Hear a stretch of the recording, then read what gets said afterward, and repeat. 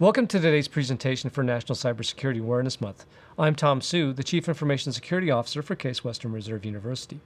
The Information Security Office has a main mission to lead, evangelize, equip, and engage the university community in information security topics. Today's presentation is along our evangelism mode, where we hope to make sure that you are engaged and immersed in the information security and threat knowledge. Today, Kelly Maloney will be giving a presentation on 7 top security risks to the human. During this presentation, please feel free to enter your questions that you may have in the comments section of the video caption page just below this video screen, and we'll field your questions at the end of the presentation. Thank you, and here's Kelly.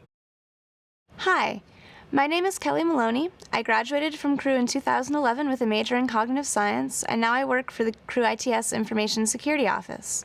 Today, for National Cybersecurity Awareness Month, I'm going to present to you the top 7 human risks for information security. This is the 10th anniversary of National Cybersecurity Awareness Month, and we're going to teach you some self-defense security foo for staying safe online. Are these risks the Magnificent 7? Let's find out. Risk number 1, situational awareness. Are you a target online? You may not think so, but your accounts and data are quite possibly more valuable than you think. Let's take a deeper look. You can be the target of various sorts of scams and other criminal actions online. Some of these include identity theft, 419 scams, which are the email scams you may be familiar with, featuring a rich person from a foreign country trying to smuggle funds out of the country and offering you a take of the money. Your computer may also be compromised and turned into a zombie machine as part of a botnet and used in distributed denial of service attacks against businesses, universities, or other entities. Click fraud is another problem that can happen when your computer is compromised. The machine is compromised and a program is installed that clicks on ads on the internet automatically, often without your knowledge, to generate ad revenue. And account theft is another issue for a variety of reasons. We're going to look at what happened when the Washington Post came up against the Syrian Electronic Army. This hacking attempt followed a phishing attack against journalists at the Washington Post. The attackers sent emails appearing to emanate from their colleagues, the Washington Post. The emails directed the recipients to click on a link and provide their login data. That information was then used by an outside source, the Syrian Electronic Army in this case, to gain unauthorized access to a computer network, in this case, the systems of the Washington Post. Another compromise by the Syrian Electronic Army involved their advertising partner Outbrain. Outbrain was compromised, and that then allowed the Syrian Electronic Army to inject their own messages and ads into the website of CNN.com. Here's a screenshot of what it looked like when the Syrian Electronic Army took over Outbrain's advertising feeds. This is also a common vector. Even if you're not CNN, you can be compromised via compromised ad networks. Compromised ad networks on the internet are a common cause of drive-by downloads, which is where you visit a website with a compromised ad network, a bad ad from that compromised ad network loads and then downloads malware to your machine, often without your knowledge. Some statistics. In 2012, the FBI received 280,000 complaints of online or cybercrime. Some of these scams were individuals impersonating FBI agents, various sorts of email scams like we discussed earlier, and also a rising threat called scareware or ransomware, which is where a victim's computer is compromised by malware. The machine is then locked from use with a warning purporting to be from the FBI or a similar law enforcement agency in the victim's local area. And then the machine is basically held for ransom, and it is threatened that the user will be turned over to the FBI or another similar agency for alleged wrongdoing if a fine is not paid. Obviously, this is not how real law enforcement works, but many people are scared enough to fall for this scam and provide the attackers with the money that they want. Here at Case, we've had 50 security incidents so far in the 2013 calendar year. We've had several compromised hosts, 6 intrusions, 2 denial of service attacks, and over 200 compromised accounts. Risk number 2. Phishing and phishability. Are you phishable? Let's find out. There are several ways that users' email accounts are compromised in phishing attacks. First of all, a definition may be in order. Phishing is any attempt to gather credentials in an unauthorized manner through email. The credentials are then used to log into the victim's account, and various actions are then performed afterwards, from spamming using the account to stealing any sorts of personal credentials that may be stored on the account. Here at Case, we've seen some new developments in phishing attacks. They tend to target lists, either a list of users defined alphabetically, since our network IDs follow a set format. This isn't that hard to accomplish. And also email lists. Many lists at Case are configured so that anyone can send email to them. Unfortunately, phishers find out about these lists, send phishing emails out to the list, and then the user may trust that email more because it's coming from a list that they're subscribed to and presumably trust. Most phishing emails feature a link that the phishers ask you to click on to verify your account information. One good way to spot a phishing email is to mouse over this link and then look in the lower left corner of your web browser. If you're on a mobile web browser, something similar can be accomplished by simply pressing your finger down on the link. And then you can see if that link leads to a case.edu domain or a site on Case's webpage. Official sites will always have a case.edu domain. Phishing sites, however, never will. Also remember that Case ITS will never ask for your username and password.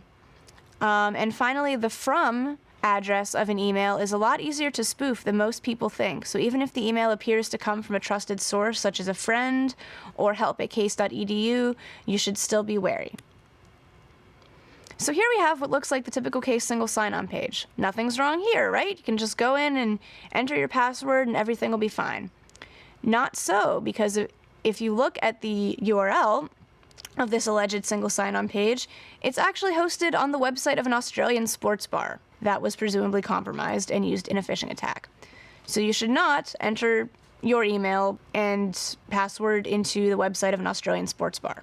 Not a good idea. Another way that phishers are trying to trick the campus community is via a link to Google Forms to gather information for phishing. When you're logged into your Case Google Apps account, mousing over this link will feature case.edu in part of the URL because you are logged into a Case Google Apps account. However, even though this shows up, it is still a Google Doc hosted at docs.google.com. It is not officially sanctioned by Case, and you should not enter your information into the Google form. Once again, Case ITS will never ask for your username and password. We do require you to reset your password for your Case account once a year. However, those emails deliberately do not contain any links, so you don't confuse them for phishing attacks. You can report phishing at this address. You can simply put the phishing URL in at the top, and then you type in the CAPTCHA and submit the report. Here's that URL for Google Safe Browsing again. And then, after Google receives and processes this report, users of major web browsers such as Internet Explorer, Safari, Firefox, and Chrome will receive a notification such as this when they attempt to visit the suspicious website, hopefully causing them to think twice about whether or not to actually visit the website. So, what can you do if you think you've been phished? Here's a screenshot of Case Gmail. As you can see, you can click on that details link that is circled and has an arrow pointing to it, and then you'll be taken to this screen via a pop-up window, and you can see the last few times your account was accessed, how and from where. In this particular case, the account was accessed from Ohio and then Malaysia within a 12-hour time period, which is not a reasonable time frame for those events to be occurring, so it's likely that this account was phished and was being accessed from Malaysia for nefarious purposes. So what are the impact of stolen passwords? You may be thinking to yourself, I don't have anything valuable in my email account. What could happen if my password is stolen? Stolen accounts are often used as part of spamming campaigns, so your account can be used to send spam that will appear to look like it originates from you, so that can cause some reputational damage to you, and also, it's not good to have more spam out there floating around the internet. Another attack vector we've been seeing recently at other institutions of higher education is phishers will get credentials to university accounts and then log into systems at those universities similar to our HCM or SIS systems, and they will then either change a person's direct deposit information so that all or part of their paycheck goes to the attacker's bank account instead of the victim's, or they will view the victim's W-2, which contains your social security number and can therefore be used in identity theft. Sometimes passwords for various services are sent to your email, and if those passwords are in your email, the attackers can gain those passwords and therefore gain access to those other services. Here's a graphic of password compromises by geographic region in the United States. And then there are many other uses that bad guys can use stolen email accounts for. Here's a graphic from security researcher Brian Krebs about some of those uses. And we've seen stolen university accounts are especially valuable, and they can go on the black market anywhere from $2 to $10. Bulk discounts may apply. Okay, risk number 3. Password reuse and password management. We use passwords for many different services now on the internet, and since there are so many services we use passwords for, users may be tempted to use the same strong password that they've thought up for all these services. This is not such a great idea. Also not a great idea is writing down your passwords in a top secret password notebook.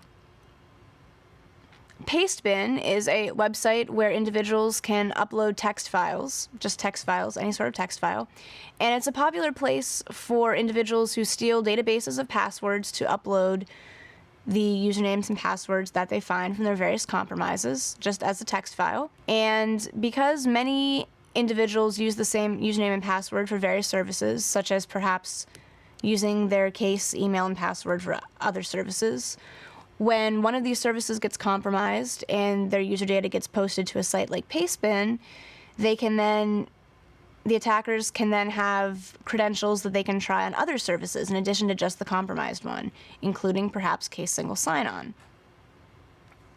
Speaking personally, I used to reuse passwords between my accounts, and I didn't really think this was a very bad practice until in spring 2011, Sony's PlayStation Network was compromised and usernames and passwords for PlayStation Network users were leaked. I had used my PlayStation Network username and password on various other services, and so I had to spend about an hour frantically thinking of all the places where I had used that same username and password and then running around and changing all those passwords.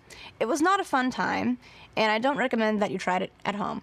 So learn from my mistakes. One good solution for managing lots of passwords, as you should have, is KeePass, K-E-E, Pass. And it's a password database utility. You can either store your own passwords in there or have KeePass generate them for you. And when you need to log into a service, you just invoke KeePass, and KeePass will paste the username and password in for you. And it remembers secure passwords and even creates them for you so you don't have to. One way that you can protect your personal Google account right now is with two-step authentication or two-factor authentication. Here's a short video about how that works. Password and make it easier to steal. Google now offers two-step verification, an optional security feature that helps protect your account even if your password is stolen or cracked. This new feature helps improve security because signing in requires two things: something you know, your password, and something you have, your phone. It's much like what you might see on your banking website. With two-step verification, you'll get a short numeric code, known as a verification code, on your phone.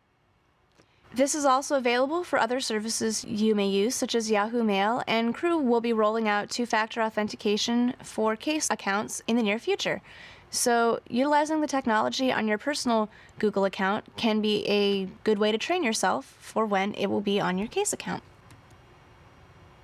A recent hack on the distributed denial of service attack prevention provider Cloudflare illustrates the importance of password reuse and not reusing passwords. AT&T was tricked into redirecting the CEO of Cloudflare's voicemail to the attackers. The attackers were then able to reset the password for the CEO's Google account, which permitted the bypassing of the two-factor authentication for his account on Cloudflare's corporate site. They were then able to access the corporate site and the customer passwords in the system, and were then able to compromise customer accounts. Somebody was doing a lot of push-ups after that incident. Risk 4, because he's holding up 4 fingers. Poorly configured BYOD, or bring your own device. Bring your own device is a major trend that is sweeping the corporate world. People are wanting to bring their own personally owned devices in to use at work. And there's a lot of discussion about how this policy will work for corporations. Here at Case, however, in the university setting, we are already living BYOD. It's a reality for us because most of our users do bring their own devices for use on campus. And configuring these devices properly and securely is paramount to ensuring the security of the university environment. The must-do items that you have to do to be in compliance with Case's acceptable use policy are what we refer to as the Tier 1 controls. You need to have a login set on your laptop or desktop so that it prompts for a password upon startup and also upon system wake from sleep or screensaver mode. You need to install the latest patches and updates for your operating system, as well as web browsers and web browser plugins such as Flash or Java. And you also need to be using an up-to-date antivirus solution such as Semantic Endpoint Protection for Windows and Mac OS X that we provide on the Software Center. We will be hosting configuration station events this month in October for National Cybersecurity Awareness Month. These will be Wednesday, October 16th in Nord 310 and Tuesday, October 29th on the first floor of KSL. So if you'd like some assistance in securely configuring your device and applying the Tier 1 controls, feel free to stop by and we'll help you out. We also recommend the use of the Secure Case Wireless Network for all members of the campus community. CaseGuest is great for individuals visiting campus, but as a Case-affiliated individual with a network ID, you're encouraged to use Case Wireless so that your wireless communications on campus can be secure and cannot be eavesdropped upon. You can go to wireless-setup.case.edu and download a handy tool that will walk you through setting up Case Wireless on your Mac, PC, or mobile device. For mobile devices, our security policy requires a banner image on university-owned devices, meaning devices paid for through the university. You can find these banner images on the ITS website. For all devices, including those owned by students, to comply with the Tier 1 security controls, you have to have either a lock screen password, PIN, or Android lock pattern of 5 or more characters or dots for the Android lock pattern. And we also have a mobile configuration setup profile for iOS devices available on our website to set up Case Wireless and the Case VPN on your iOS device, iPhone or iPad. There are different versions for faculty and staff and students. Students, please make sure you install the student one so that you can remove it later in the future. We also strongly discourage the use of jailbroken or rooted devices on the campus network. If you do decide to do this, we ask that you please educate yourself about the risks and proceed accordingly. Risk 5. Accidental loss or disclosure of data. We had an incident about a year or so ago with a Case staff member who was traveling in Mumbai, and his laptop was accidentally switched at airport security with another very similar model of laptop, just an accidental switch, just a mistake, could happen to anyone. And the Case laptop was picked up by a contractor in Mumbai whose IT staff at his company were able to bypass the laptop's password lock and get into the laptop to find the owner, and they were then able to exchange the laptops in India while the user was still on his trip. But this shows how easily security controls on a stolen or lost laptop can be bypassed and your data can be accessed. Another risk in our environment is because of the autocomplete feature in Case webmail and with many of our email clients, you can wind up sending email to the wrong member of the campus community if they have a common name, such as John Anderson. And lost or stolen smartphones are, of course, a major problem on campus because we take them with us everywhere, and so we're more likely to lose them. If you have an Android device that's configured with your Case account, you can download Google Apps Device Policy from the Google Play Store. This enables remote find and wipe for your Android device so that you can find it from another computer if it's lost, or wipe it if it's been stolen. Find My iPhone or Find My iPad is a similar service available for iOS devices from the Apple App Store. Risk number 6.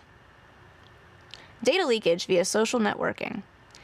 Many of our online services are protected with password reset questions or security questions, and many of these questions are answers that can easily be gained from individual social media profiles or other sources online. Sarah Palin was subject to an attack like this a few years ago. They were able to reset the password for her Yahoo account because the answers to her security questions were facts that were easily obtainable from her social media profiles. So if it can happen to a celebrity, it can happen to you. Individuals may also share insider information about their work on social media that could compromise their work or work environment in some way. Here at Case, since we have Google Apps accounts, you can use various Google apps and grant them access to your Case account via OpenAuth, and if you grant access to a sketchy app, they can then email on behalf of you or access your contacts or any number of other Google functions. We've seen some apps use these to send unwanted spam-like notifications to contacts in a user's address book because they signed into a sketchy app with their Case account. And again, social media websites can be a vector for malware distributed via social engineering attacks. So always be on the lookout, be aware, and make sure that who you're talking to is really who you think they are, even if they appear to be your friend or someone you know. There's also the risk of social media monitoring in light of the recent NSA information being released to the public about the PRISM program. So be aware that monitoring of social media may be taking place. And even if you're not being watched by the government, your future employers may look at your social media profile to gain ideas about the kind of person you are, and they may find some things that you would rather them not know. So you should think before you post online with social media. Finally, the last risk, risk 7. Indiscriminate use of mobile media. Many viruses are transmitted via flash drive. They will automatically run when the flash drive is plugged into a Windows machine, so that's a risk involving mobile media. Also, loss and theft leading to data loss. The Stuxnet worm, which you may have heard of, was able to infect and compromise systems related to Iran's nuclear program because somebody found a flash drive sitting around and plugged it into a computer just because they were curious. And that allowed Stuxnet to spread. Flash drives everywhere. So you carry around your flash drives with you, and they can easily be stolen. We had an incident at Case a couple years ago where an individual, a homeless man, was apprehended by Case police. He had stolen various laptops and other electronic devices from around campus and was stashing them in places on campus. He was found with a bag of over 100 USB flash drives, and these flash drives contained data that may have been confidential and that the users may not have wanted leaked. In light of this, we recommend, if you have sensitive data to store on a flash drive, we recommend obtaining an iron key from the ITS Information Security Office. The iron keys are encrypted, and an additional advantage is that we can reset the password for you on your Case-provided iron key in case you forget it.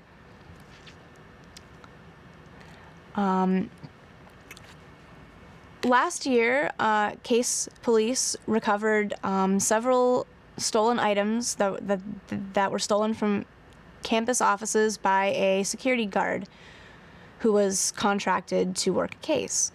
They apprehended the thief and recovered lots of laptops, cameras, and also hard drives.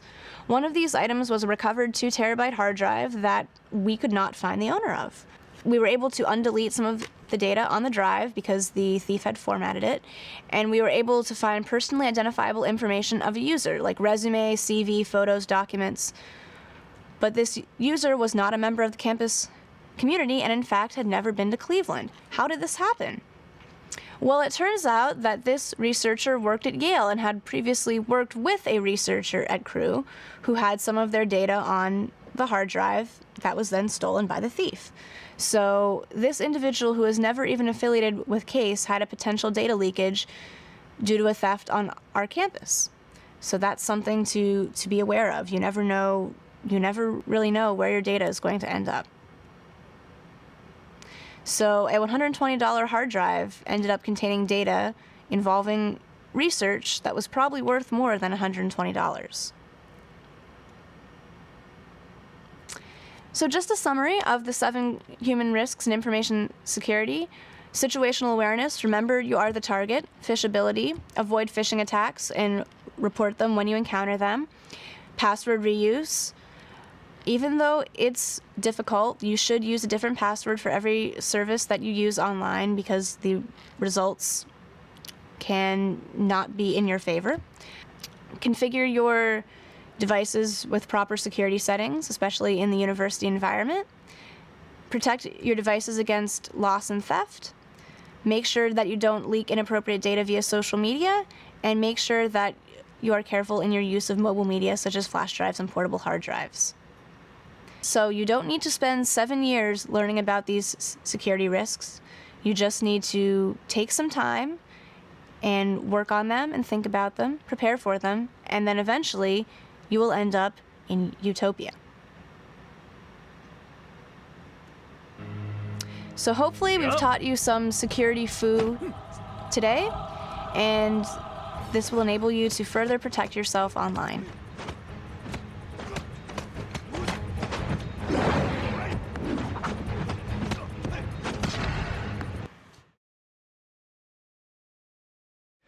Thank you, Kelly. That was a great, rousing presentation. Also, the Kung Fu videos get me going as well. Thank you. And I'm looking at the questions online and want to remind you to go ahead and post them here. I have one. It's that we did answer online already. Is how do I get my Android onto the Case wireless network? Just for those of you who are not really certain about that, all your mobile devices can connect if they have Wi-Fi available. And most all those, your phones, your iPhone, your tablets, should connect. And if you run the wireless setup, which is wireless-setup.case.edu, it'll take you through a profile tool, which will set those all up and put all the certificates on your devices, making sure that you're using encrypted Wi-Fi communication while you're on the campus and network. That's pretty easy and it's pretty handy. I've used it on my Android and I really recommend it. Looking for additional questions? Let's see. We had one earlier about the KeyPass application that Kelly mentioned. That is a database that runs on your client computer, which you would use to manage all your passwords for various systems. That is very popular amongst security professionals, I should say. We'd like to encourage users to use that rather than allowing your browser to remember your password. And short of any other additional questions, let me announce that next week, October 29th, which is Tuesday, we'll be holding one of our configuration station events. We had our last one last week in Nord. This one will be in Kelvin Smith Library in the Cramelot Cafe, Tuesday morning from 11 a.m. until 3 p.m. We'll have staff and IT support people there to help you set up and configure your laptops, mobile devices, and the additional equipment that you have to operate in a secure manner. We'll review the configurations, give you recommendations and settings, as well as help you make sure that your devices are using our encrypted wireless network and accommodate all the security capabilities that we have available for you here at Case. Let's see. No more questions, so let me remind you again, that's at the Cramelot Cafe next Tuesday. We will have refreshments. So thank you very much for participating in today's presentation for National Cybersecurity Awareness Month. I hope that you found it engaging and enjoyable. Thank you very much.